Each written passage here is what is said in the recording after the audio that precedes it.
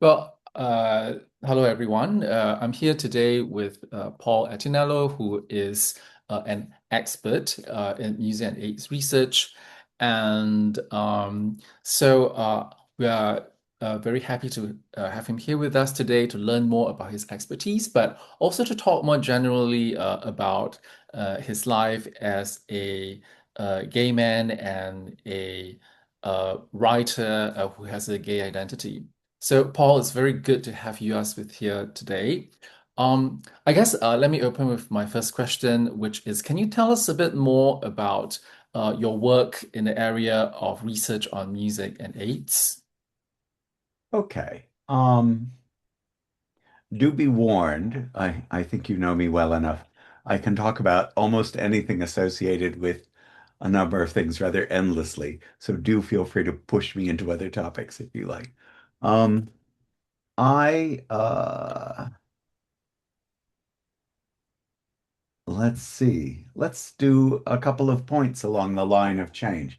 I will do a lousy undergraduate degree and think, oh, my life is a failure. And I moved to San Francisco in 79, and it's fun and life might be exciting and maybe I'll do things differently. Then AIDS shows up. Um, I am proud to mention that I am one of the co-writers and co-performers of what we think might be the second play written about AIDS in San Francisco in August 1984. And I'll watch a boyfriend die in December 1983. So I'm telling things a little out of order. So an intense part of a life that's been a bit chaotic, and I don't quite know who I am. I'm about 26. Um, Finally, in 84, I've applied to go to UCLA and they accept me as a postgrad, which is amazing because I'd really had a just hideous undergraduate degree. And they said, that's all right. You've been doing other things, singing in groups, writing program notes. We'll gamble. And it was absolutely wonderful for several years. And then in 87, I finally took an HIV test and I was positive, at which point I will crash and nothing means anything anymore. I will stop working on the degree. I'll finally finish the master's in 91, and I won't get to finish the PhD until 97, which is ridiculous, of course. Um, so I suppose what I'm pointing to is thinking of how me, respect, success, am I doing anything right? Am I an academic? Am I a writer? Am I creative? AIDS, death, right? All of these things are sort of intertwining throughout the 80s and the 90s.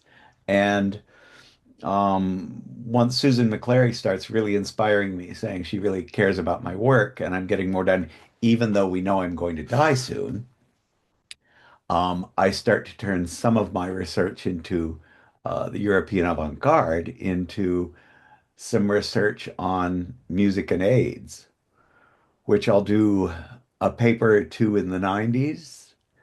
And each time, I think the first one was 1993. And I know that each time I'm thinking, this is the last thing I'll ever do.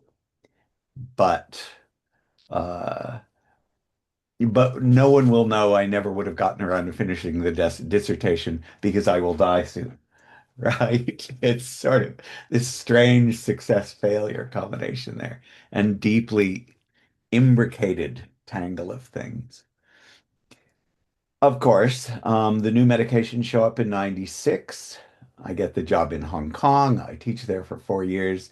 I'm continuing to write about AIDS and teaching about AIDS and music at the University of Hong Kong, which feels a bit like a bit of a shock at the time. You probably know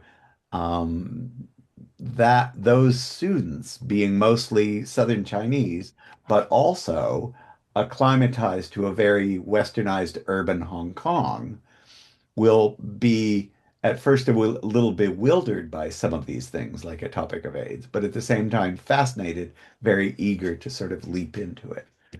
So it was interesting. And that gradually grew over the years of still being alive continuing to be alive, continuing to be alive, continuing to publish, gradually being more interested in how can I talk about AIDS and music. So that was a fairly large lump of description, wasn't it? But you get how it sort of points to all that. It's been so interconnected across so many parts of my life. And I would say until about, because then there's the third phase of my life where I'm teaching in Newcastle University, having been, having left University of Hong Kong for Sydney, where you teach now, for a job and a life that I'm hoping will be absolutely wonderful. And unfortunately, I hadn't checked whether it was all right that I was HIV positive. And 2001, it was not. And I was deported. So it was very lucky that a year later I got the job here, Newcastle upon Tyne in Northern England. Bit of an accident, but lucky, good place. Cold weather, unlike yours in Sydney. So not my favorite. And a much smaller gay community, but there's a gay community. So, am I losing the thread in tying too many things together? Um, as I go through, in about 2009, I visit Zurich. Um, ugh, these things are too intertwined.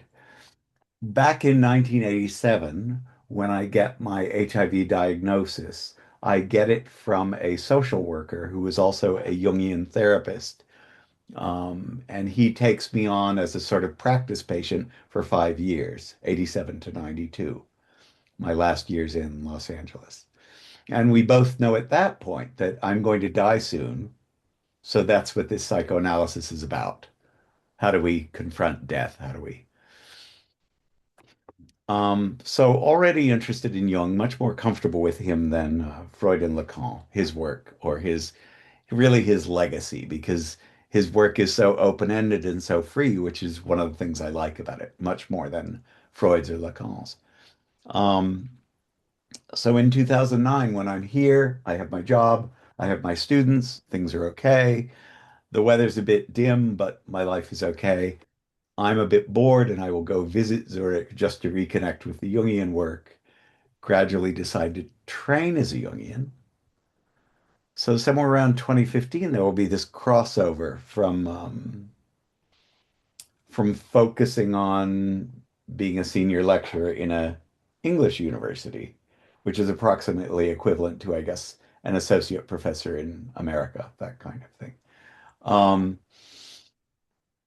to starting to train to be a psychoanalyst and have a third phase of life, which is, of course, just weird, right? Um, I'm answering too many questions at once, but I'll finish this and then you can ask me to be more coherent. Um, and one of the shocks in about 2015, when I'm in the middle of my training, is Verena Kast, famous Jungian analyst, tough old bird, smart, smart woman, but takes no prisoners.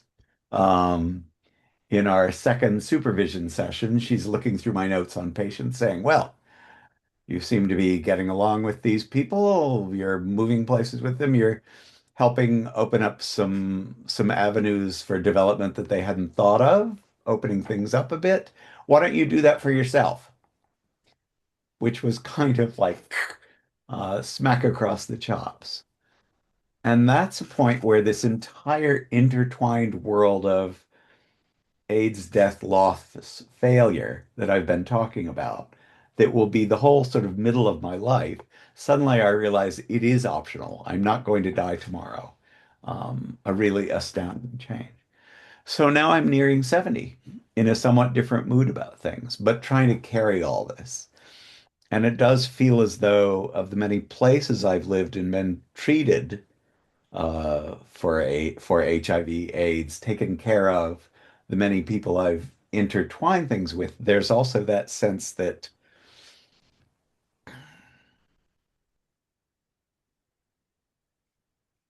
even though that 2015 change will sort of release me from being bound to it as my only self, my only life, still, I can carry it. And weirdly enough, in the last 10 years, it's been easier to write about AIDS.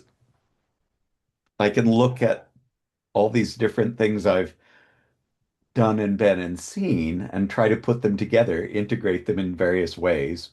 A couple books I'm working on, hopefully I'll finish one or two, um, that are about integrating the whole, how can I put it all together in some ways? So that, I suppose, is the punchline I was trying to get to. Apologies for how long it took me to get there. So I have some follow-up questions. Well, let's start with these two books that you are working on. You said that it's about integrating all these different parts of yourself. Can you tell us a little bit more about that? Yeah. They're still objective, not subjective. Mm. The book that I've been working on for some years that I don't know if I'll ever finish was intended to be an overview of music about AIDS, period. Like all of it, everything I can find. I have about 350 pieces from various places. Um, and unlike a lot of the people we know who've done very specific, very good work on particular pieces, particular creators, particular genres, I wanted to sort of do what was it like in France? What were the big pop stars doing? What were the alternative music community doing? What was sort of what was chamber music doing? These kind of things. And to do a series of chapters where I'd be looking at genres and seeing how did these things cluster. Many of their works would be similar, and then a few of them would be very unusual. Talk about those. So that was the book that I'd been working on for a long time. Who knows if I'll finish it. Um, then the two books that are closer to me, one would be an expanded and hopefully greatly improved version of my Jung Institute in Zurich, my thesis. We write a thesis that's probably about the equivalent of a master's thesis in a lot of universities. And I did write about cultural complexes around AIDS, meaning, clusters of thinking, the entire way things are structured within the world of AIDS and from outside of it. And not in the, um, I know you know all of this kind of work, and you know how much I've done over the years of the whole sort of post-Frankfurt School, post-Adorno, teaching Adorno, that kind of studies of cultural complexes. The only problem with those from a psychological point of view is, um, Adorno's focus was always, more than Benjamin, I think, but so many people still do this. Looking at a cultural complex is meant to be a kind of Marxist demystification. I will show you a complex so that you won't be bound by it. However, when you're doing that in that Marxist way, you're kind of skipping past some things about AIDS, which actually involves the body, illness, pain, death, real things that being politically aware will not erase.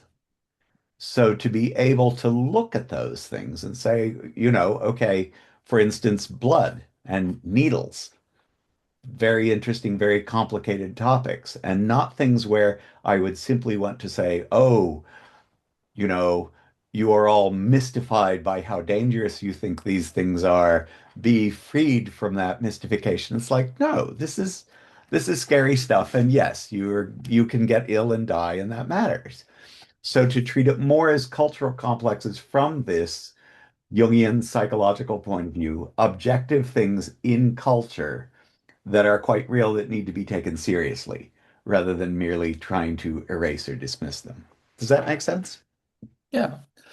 So when it came to musical or music in people's lives, including some very prominent uh, LGBTQ plus choirs like the San Francisco Gay Men's Choir, where the chorus members in the 80s were actively going through the AIDS crisis with choristers falling ill and dying from AIDS, and um, them helping each other out when, for example, the family members don't even come to claim the bodies.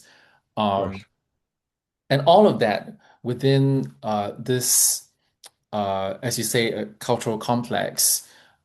How do you study and understand pe the way that into real lives and sort of very real things like needles and blood, how does that work within the cultural complex? Um, this is a rather simple answer, but all of my work has always been published materials. There's a ton of books, there's a ton of memoirs, novels, plays. There are all the songs, right? Poetry, everything. I have over here, I have four of my 3 foot bookshelves are books on AIDS. And of course, now I have a lot of things that are now in electronic form. It's easy to get even old things as a PDF, this kind of thing. There's much too much to ever finish it all, which is fine. Because as I say, when I've been thinking of these groups of things, these cultural complexes, a lot of the books and responses tend to reproduce some of the same things, right? So you can look at clusters and then you can also look at outliers. Um, so that's always been my approach. You know that I haven't been, I've known some of the ethnomusicologists doing more work in the area, but often they will go to a specific place, study a specific culture from inside. And of course, they'll be looking at music that isn't accessible in a commercial form because it doesn't exist that way, which is great. I just, I can't really do that. But for me, always wanting to have this really big, high look at things, how can I look at countries and cultures and decades and things? It's easier to look at a bunch of published materials, music and written. And does that make sense? It's pretty straightforward, really. It's just to some extent, doing that kind of clustering materials at such a large level is the kind of thing we often tell our postgraduates not to do. Be more specific, do something more detailed. But but I think there's enough experience behind me and enough material, and I've looked at enough things that I can say, just in general, there are of course exceptions. This particular area seems to do a lot of this kind of thing, right? So for readers or viewers who are new to um, music research or musicology, or maybe to an Hmm. undergraduate student, what would you say are some of the key points that they can look out for if they are interested in exploring this literature on music and AIDS? I taught a course in music and AIDS probably about 5 times over my 20 years at Newcastle. I think you've taught it too. I'm not sure. Maybe not. Not. I know a couple of people who've been teaching their own courses on it from different points of view. Um, hmm. Well, I'm thinking in terms of what students wrote about and what students liked to write about. So this is starting with, say, upper level undergraduates. And then some of them would come back later to do, say, a master's where they'd want to go back to the same topics. And of course, because, in the last 15, 20 years, having been doing about 40, 50 years of identity politics and cultural critique in music, I was I was part of that whole new musicology group. But I tended to be thinking a bit more abstractly than a lot of them. A lot of them were thinking very concretely about specific identity politics, where I was more conceptual. We should be able to look at all of this. So a lot of students, undergrads would often be passionately involved in some sad or intensely emotional story some cluster of stories within a series of songs or a genre, right? So that would be that aspect of identity politics, which we see all the time. It's like you know that this is part of what we do is the passionate investment in identities. Um, a few people, not so many, would do something maybe more conceptual or more historical or more, somebody following the thread of changes in points of view in hip hop, which is really interesting. One of my colleagues here at Newcastle knew a lot more hip hop than I did. I'd had some published CDs that were hip hop and associated musics in the late 80s, early 90s, associated specifically with AIDS. But he was pointing to the fact that all sorts of songs in the 90s and 2000s and probably the 2010s um, will still refer to it at some point. So for somebody to look at the changing environment of environments of how do people treat AIDS in this cultural context where, a lot of black men um, might have been in earlier stages worried about, oh, will people see me as though I'm associated with gay men? Oh no. Um, but then later it'll be treated as a problem of black communities, period, which will show up in hip hop a lot. And often it'll even show up as one of a list of problems, physical dangers, one of which is AIDS. So that kind of thinking. Pardon me, I'm going to cough for a moment. No, I have pastilles. Um, so I have a question about your interest in Jungian psychoanalysis, which you explained was one of it's not just an intellectual interest, it's something that was very close to you, and one of the ways in which, or maybe a key way in which you approached your life uh, as a man living with AIDS, as a gay man living with AIDS. For viewers who don't know the difference between Freud and Lacan and Jung, and even for academics who are a lot more familiar with often with Freud and Lacan, could you say a little bit more about the difference and how that integrates into your life? This is my version of it. It's a big, messy conversation, though I think it's a pretty grounded version. I think I know what I'm talking about, though there are many arguments around this. Um, part of my background, I was always very intellectual. Um, thinking in, I was a math major once.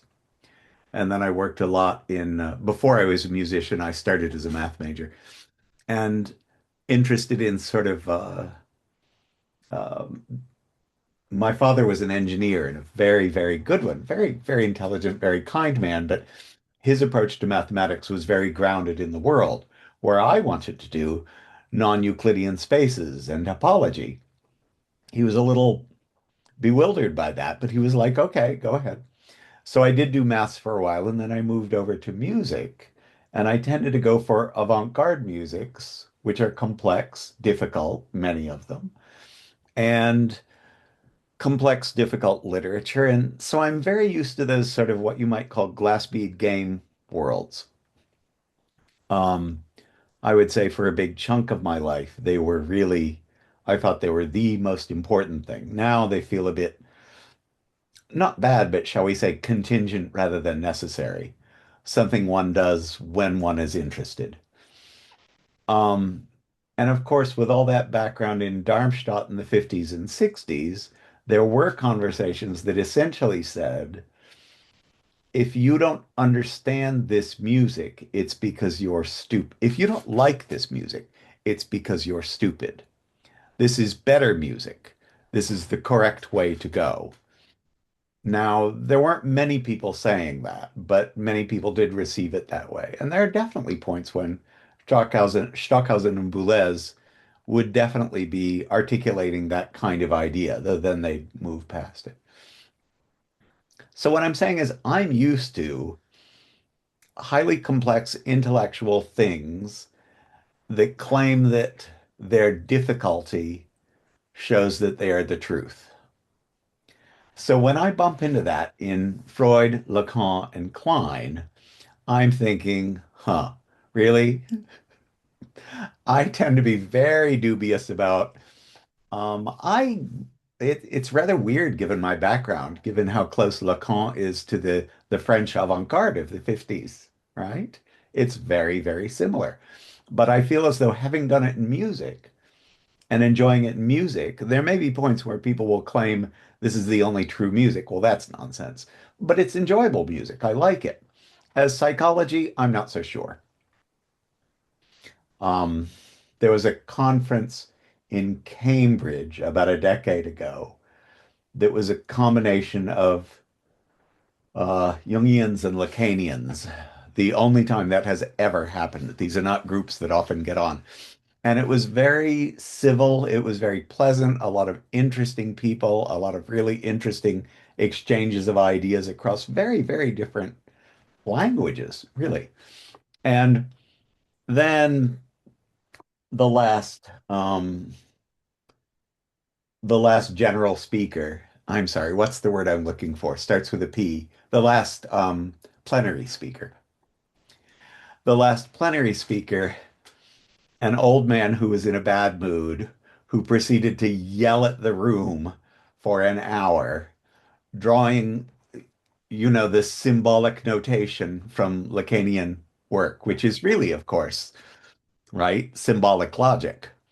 And he's claiming, you must pay attention to the math. You aren't doing the math. And it's like, that's not math, that's symbolic logic. It's useful. It's not the same as mathematics. The fact that you can line up things that look like equations doesn't prove anything, right? It's a symbolic representation. It's not a proof. So I know perfectly well that not all Lacanians are like that. But those are the conversations I don't much like. The tendency of the Kleinians or the Freudians don't do this so much, but the tendency of the Kleinians to split it into this state or that state, and the way that shows up in Lacanian work also. The assumption that there are universal patterns to psyche and that there are universal developmental, you're in this stage, then you're in this stage, and that's it. I just don't buy it. Jung's interested in a lot of things. Um, Jung's doing a rather fluid, rather flexible approach that, number one, he was more experienced with psychotics than any of the others because he'd been treating psychotics for a decade before he meets Freud. So he's trying to take into account not just neurotic anxiety, but real psychosis. And I just like the way he does it better. There's more space for art. Art is not a replacement for something else. Art and creativity, dreams are all things that have lives of their own. And that's much more interesting for me. I'm not particularly, I enjoy using and sort of leaning on archetype theory. I don't absolutely need it. I like complex theory a great deal. I'm not very interested in his work with alchemy, which is fairly late, much of which was really metaphorical. He's using alchemy as metaphors for mental states. Some people find it useful. I'm not too worried. I think he did a lot of things, and I'm comfortable with most of them. Oh, and a side aspect of this that is actually some work that I'm doing now. I've never been a religious person. Well, when I was young, uh, and then suddenly not around the age of 8. So I've always tended to be rather skittish and uncomfortable around religious discussions. And it was while studying in Zurich in the 2010s, the point Jung says where you don't have to be religious, but you have to take religious thinking seriously. And that was like, oh, okay. that really changed some things to me, and something in me sort of calmed down.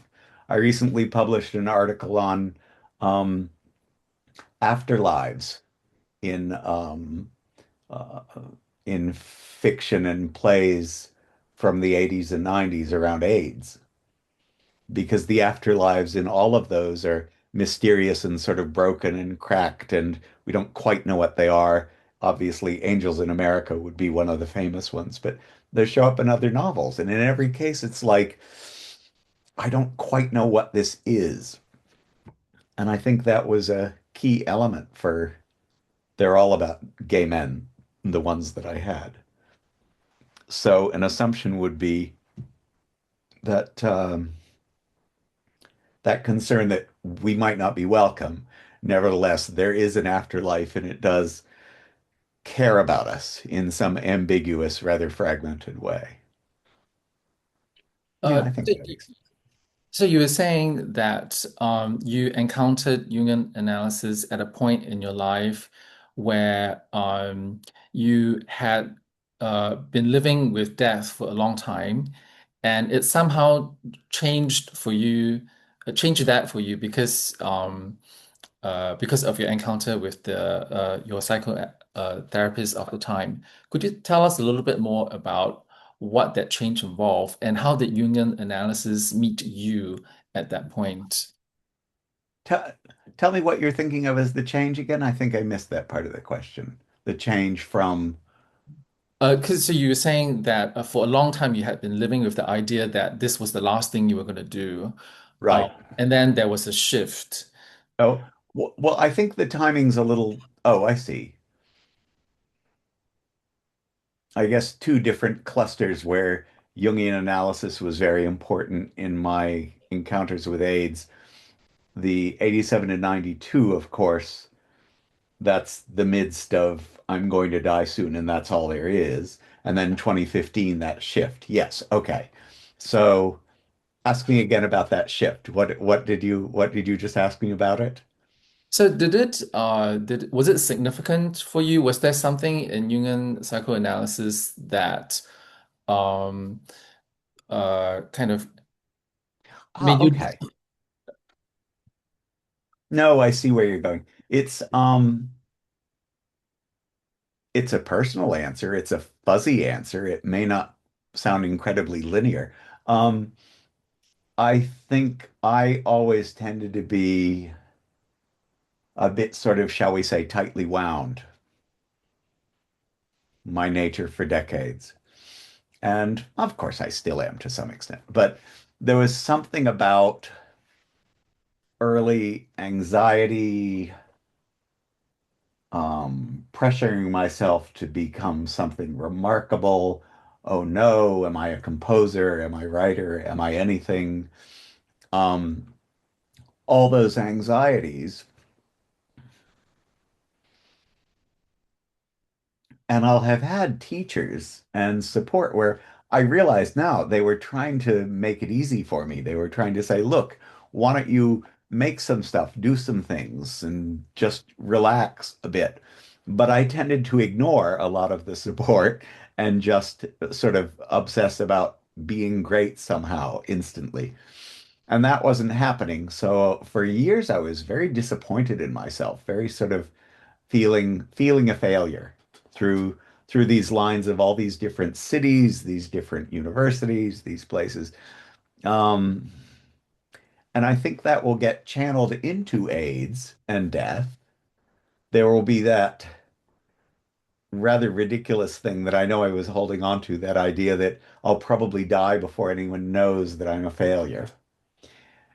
Not completely unique, but I haven't met many people with AIDS who had that one. It's something one only sees occasionally, I think. Um, so to reach a point where I'm living my life and working through thinking about AIDS, thinking through what I'm teaching, what I'm writing, to then have that spell break in 2015 when she says essentially, when Verena essentially says to me, you always think you're going to die. Really? And by the way, I do know that I will die, but if I'm holding it differently, I will die in the world. That's not a problem. But the assumption that I am always on the way to death, that that's all that's left for me, had really hung around in the unconscious parts of my minds for decades, which is ridiculous. And there has been a huge sense of lightness after that. And oddly enough, things keep getting even lighter, which is really strange, um, and unexpected. I think there were points, of course, when you're training to be an analyst, you're in analysis yourself. And there are points where I thought, oh, this is so much better. I have now reached a conclusion.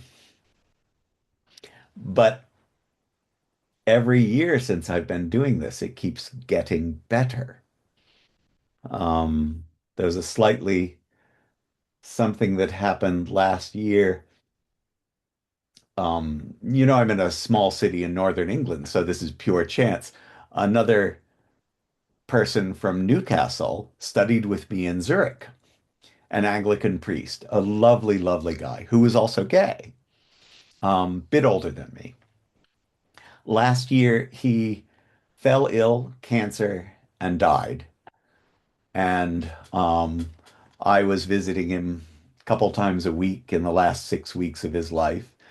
And one of the women who'd studied with me, studied with both of us in Zurich, who is a dear friend of his, an American woman from Alabama, as it happens. So she had to travel some distance, came and flew in to see him in the last week that he was alive.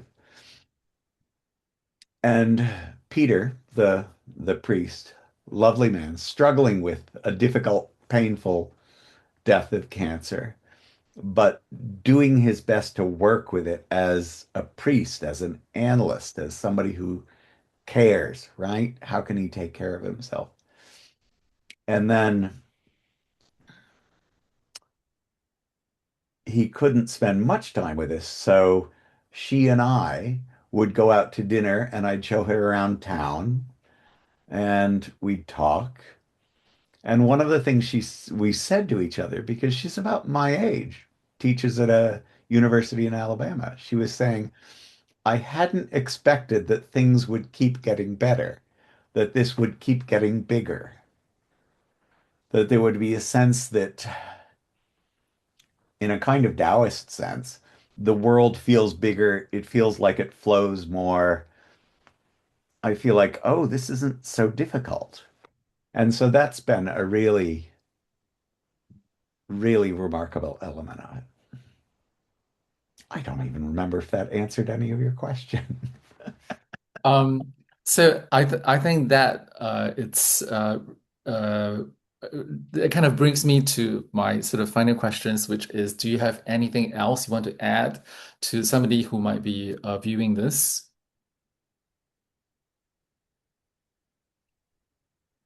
We're obviously going through a rough time in the world. Um, I would say, however, in my lifetime, we've been through a lot of rough times in the world. So I think really fixating on it does not help much. There's that need to get on with one's life, get on with one's work in the hope that things will go well, which I think is important because I know that I myself tended to really collapse into depression for years and go, oh no, life is bad for me because of AIDS usually, but then other things would also happen as like, oh, I was proof life is bad. I will lie on the sofa and sleep because I can't get any work done. And that whole sense that living our lives is so important. I mean, we may as well do it, right? There aren't many alternatives to that. And I think when we're doing things like research on music about AIDS. We're trying to do feeling, but we're also doing knowledge. We're doing what excites us, all the other musicological choices one might make, or making music. In fact, in 2028, I'm supposed to give a lecture series on transcendence and music, a kind of religious topic, which is just weird. But um, And for me, because I'm not myself religious, I don't need a religious focus. I don't mean a single religion. I mean all the different meanings of the word transcendence and how they've shown up in all sorts of different musics. And that's just huge fun, right? I mean, there's something eerie and slightly, well, transcendent about taking on that kind of topic at this point in my life, thinking about life and death and time and the world and the body and right? So to have the freedom to do that, which for me I've been able to tie to being a Jungian, but also to a lot of the kind of research I've done, the possibilities of what we can do in universities. I know so many people get so anxious about someone wants me to do this rather than that. It's like, well, actually, in a modern university, usually you can do a lot of things. And I guess just that sense of a core of life, of how can you make this mean something today? That seems to be the exciting thing to do. Well, thank you so much, Paul, for uh, sharing with us about your work, your life, and how the two connect, about your positionality as a gay man with AIDS, and all that really rich and very interesting and very personal material for our viewers. So, really, thank you so much for joining me today. Thank you, Kevin. Thank you for asking me. Take care.